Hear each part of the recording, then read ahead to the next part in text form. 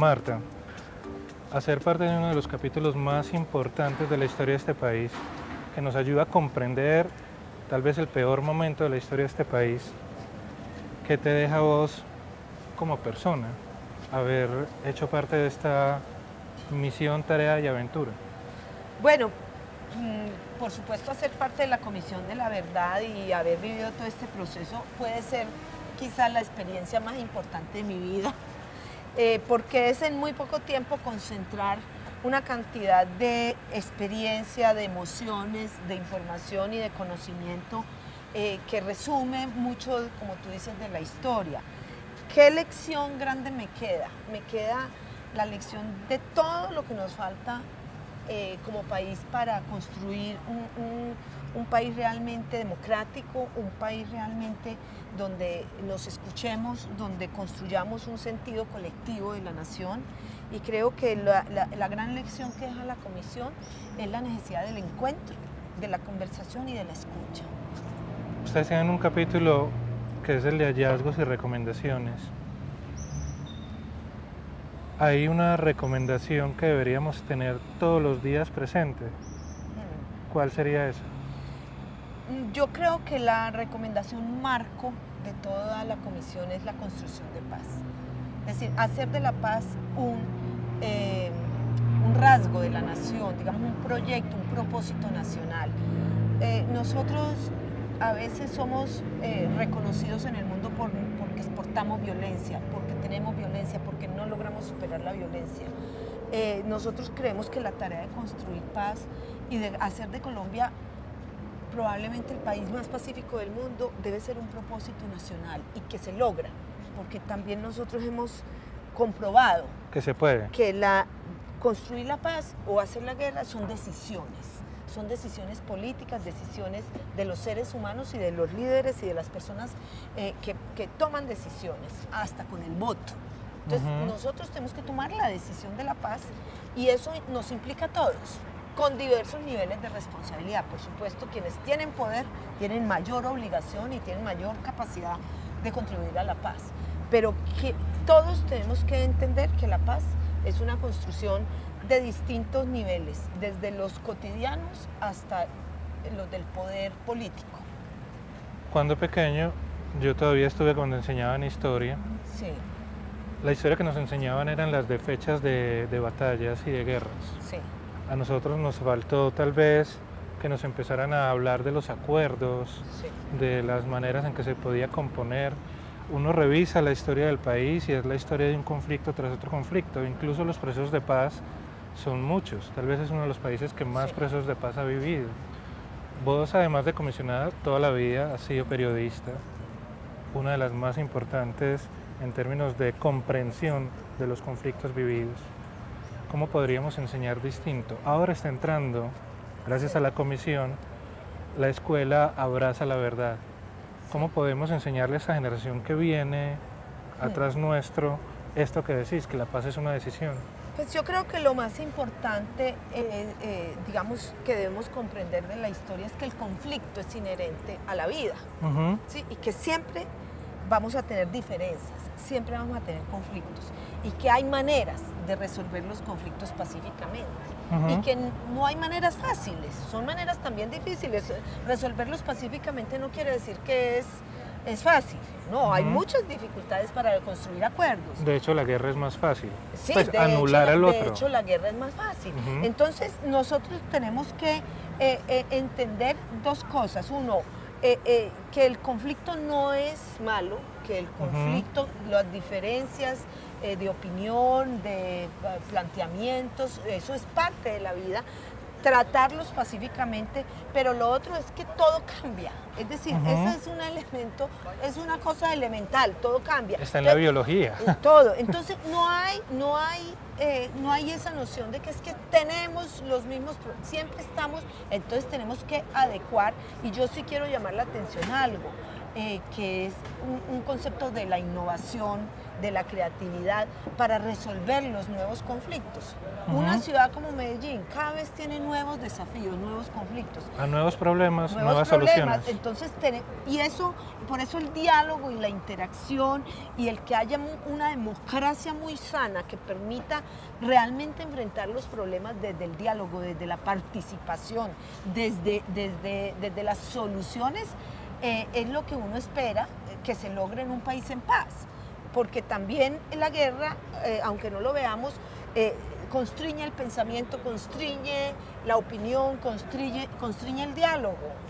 Vos también pensás, como lo dice en voz alta el padre Pacho, pero como lo dijo también Jesús María Valle, que el meridiano de la paz y de la guerra pasa por Antioquia.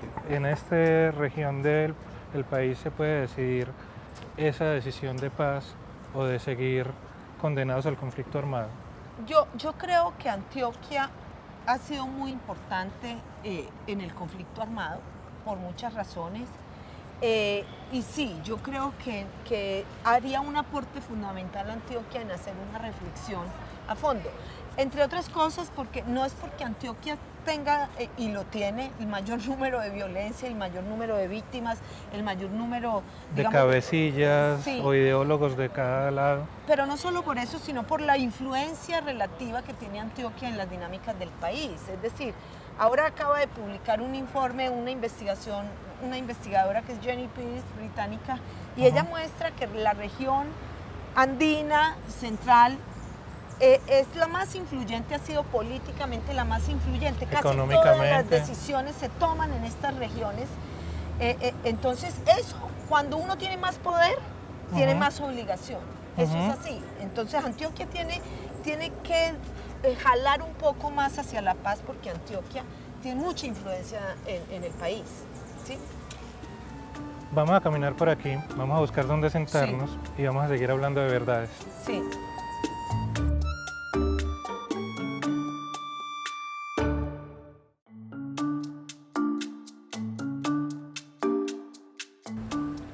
Marta, yo te quiero mucho.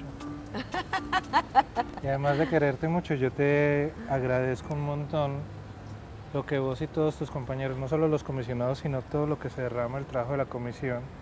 Vos mencionabas ahora una palabra y dices escuchar. Yo creo que este país no se escucha mucho. El periodismo incluso es uno de los ruidos más grandes, la manera en que lo ejercen. Cuando uno prende la radio en la mañana y escucha que ponen a alguien a hablar contra alguien, y como que el consejo de redacción es ¿quién va a pelear mañana contra quién? Yo creo que desde ahí nos estamos equivocando. Creo que el periodismo además ha dejado de contar muchos asuntos que debió habernos contado. Vos sos periodista, yo también. Hemos intentado contar lo que se ha podido contar, pero uno sabe que mucha gente está interesada en que algunas cosas no se digan o se presenten de tal manera. ¿Qué responsabilidad le cabe al periodismo dentro de este desarrollo del conflicto en lo que ustedes alcanzaron a estudiar? Bueno, yo siempre digo que establecer las responsabilidades del periodismo, no solo con el conflicto, con muchas, digamos, de los grandes problemas de la sociedad, es difícil porque el periodismo es un universo muy amplio y muy diverso.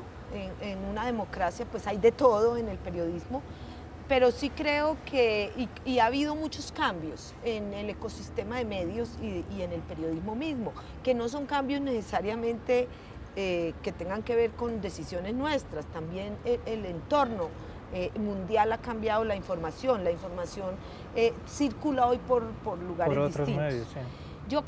Yo lo primero que digo siempre con el periodismo es que el periodismo tiene que contribuir a serenar el debate, yo creo que nosotros, siempre la información, lo ideológico, las narrativas son campos de batalla.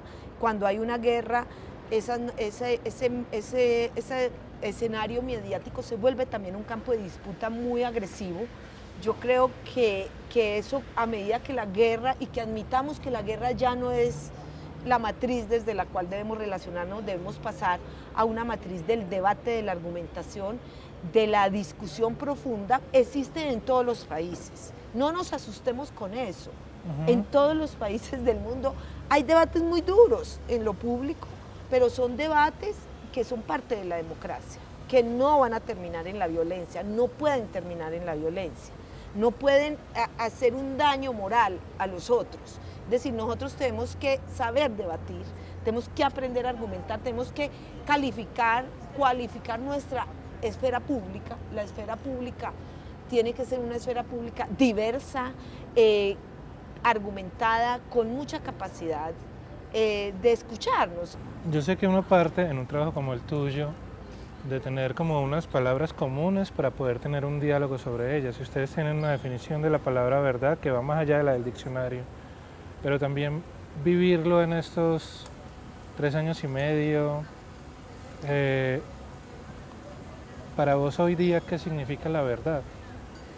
Bueno, yo creo que hoy nosotros, desde cuando comenzamos ahora, creo que hemos decantado un poco la idea de que empezamos diciendo la verdad es un bien público. Yo lo que creo es que la verdad es un atributo de la democracia, es decir, que tiene que ver con la transparencia, que tiene que ver con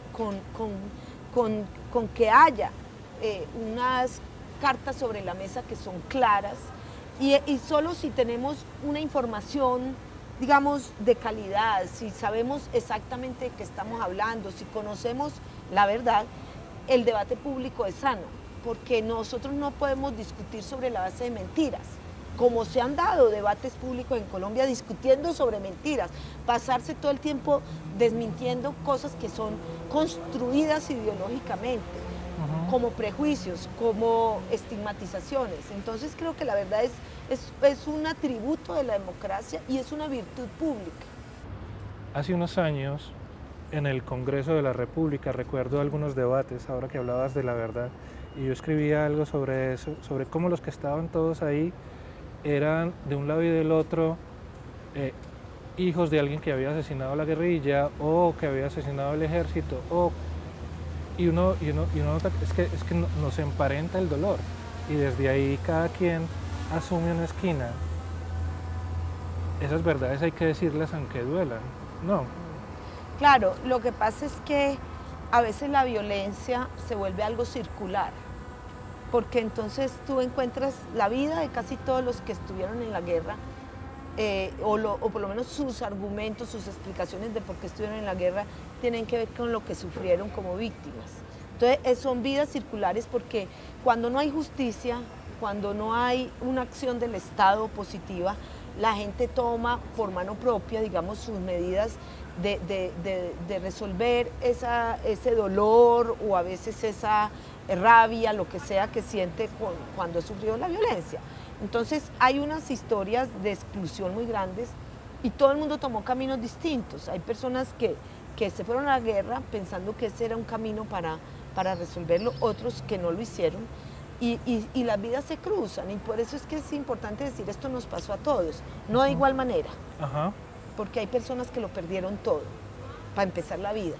Sí, pero sí lo importante es decir, no hay personas predeterminadas a ser victimarios. No hay personas predeterminadas, no existe ni una condición social, ni una región, ni una ideología, ni que hagan que una persona vaya a ejercer más la violencia que otra. Son unos factores distintos que hacen que cualquier persona, incluso en unas circunstancias extremas, asuma la violencia como un camino.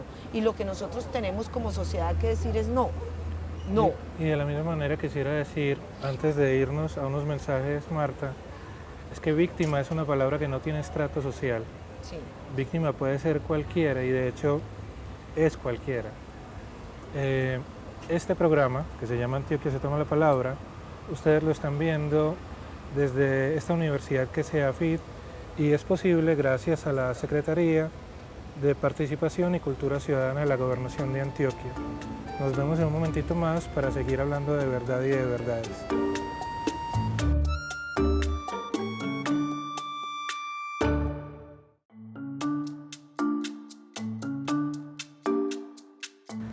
Hay algo que estaba pensando y quisiera, aprovechando que vuestra merced es quien es, me diga qué tan equivocado estoy.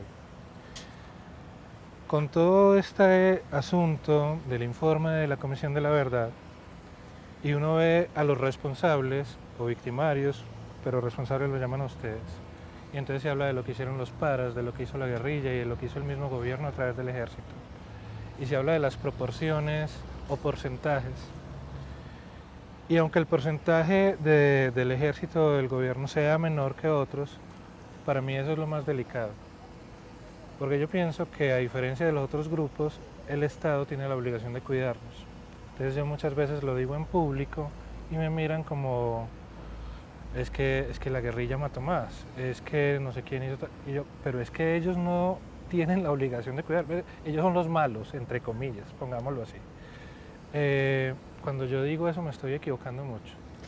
Mira, para la comisión y por mandato de la comisión, las responsabilidades son directas e indirectas. Nosotros creemos que el Estado tiene una alta responsabilidad, pero no solo en los hechos directos. En la comisión de... En esos hechos también. Por ejemplo, uno de los grandes hallazgos de la comisión es la impunidad. La impunidad es el derecho a la justicia que tienen las personas que han sufrido incluso acciones, sea de la guerrilla, de los paramilitares o de la fuerza propia pública.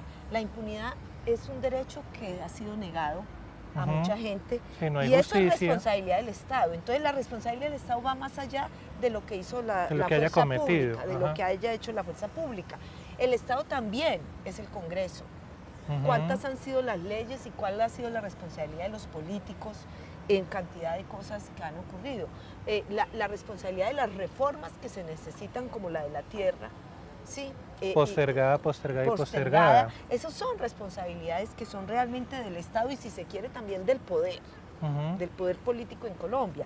Entonces, no, yo creo que sin duda la responsabilidad del Estado, y por eso las recomendaciones de la Comisión hacen mucho énfasis en lo que el Estado tiene que hacer, que no es solo el Estado, pero por supuesto todos hemos confiado en el Estado y tenemos la obligación de pensar que ese Estado tiene que fortalecer y cuidar su legitimidad. Y su legitimidad la cuida si nos protege a todos por igual. Y un Estado que tiene un sistema de privilegios con uno y de desprotección con otros es un Estado que no tiene la suficiente legitimidad.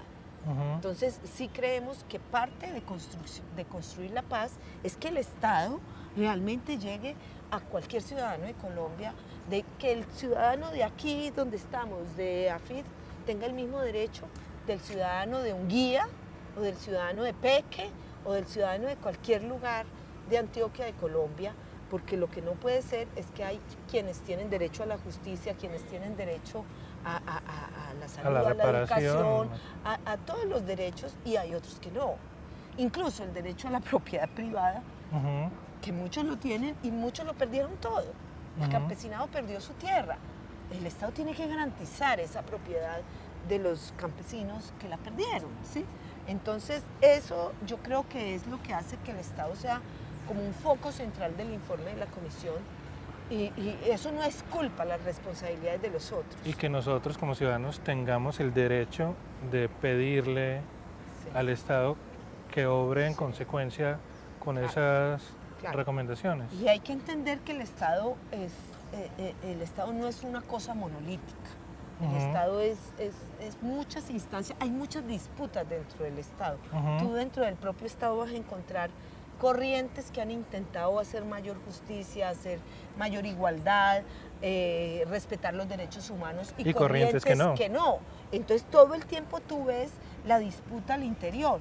Es parte de la construcción de Estado, pero yo creo que el correlato de ese Estado que se está construyendo y que se está civilizando es una ciudadanía que también tiene que civilizarse, actuar de manera más activa y exigirle a ese Estado una mayor, digamos, de alguna manera, no solo igualdad, sino que cumpla realmente con el espíritu de ser un Estado de derecho.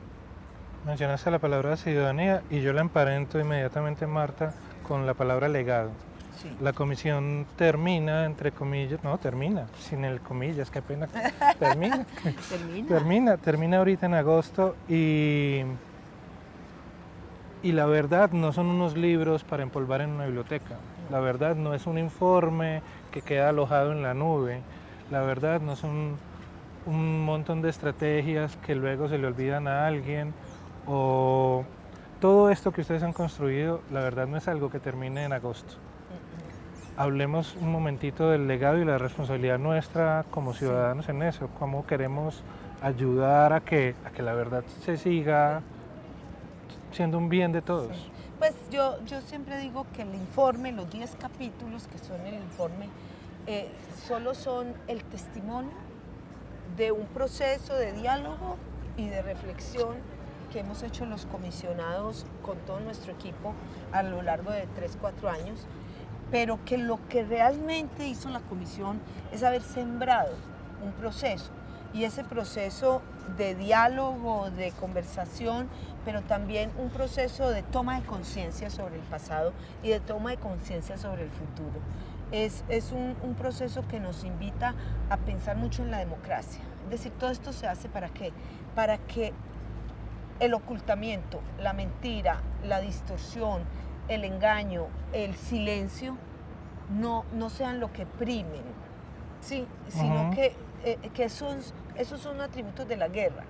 En la guerra hay engaño. De hecho, Clausewitz hablaba de la niebla de la guerra, porque en la guerra siempre tú no sabes exactamente qué está pasando, y nosotros creemos que en democracia, en paz, nosotros tenemos que tener una nitidez, tenemos que tener acceso a una información, tenemos que tener derecho a opinar, tenemos que romper el silencio, ¿sí? Y tenemos que tener confianza. Todo eso es lo que hace que nosotros podamos pensar que el futuro va a ser distinto.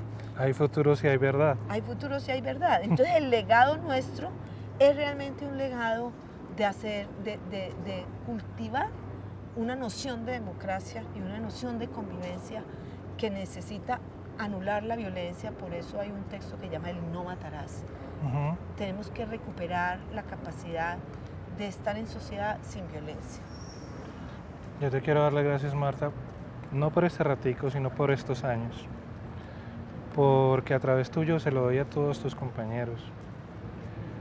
Le quiero dar las gracias a las 30.000 personas que hablaron con ustedes y que incluso en pandemia siguieron contando la verdad de sus dolores. Le quiero dar las gracias a los militares que hablaron con ustedes, a los guerrilleros que hablaron con ustedes, a las víctimas que hablaron con ustedes, a la traducción de ese dolor que han sabido hacer. Yo creo que de verdad podemos ser un país distinto, y creo que en algo ya lo estamos empezando a hacer.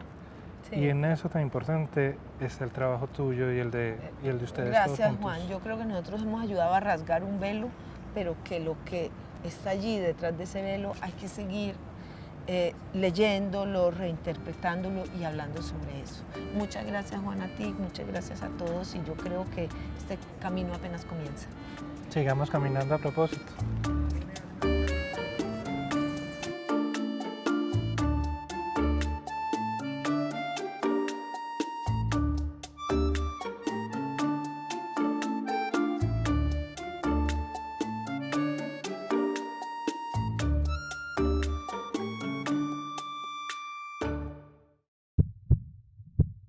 Unidos. Gobernación de Antioquia.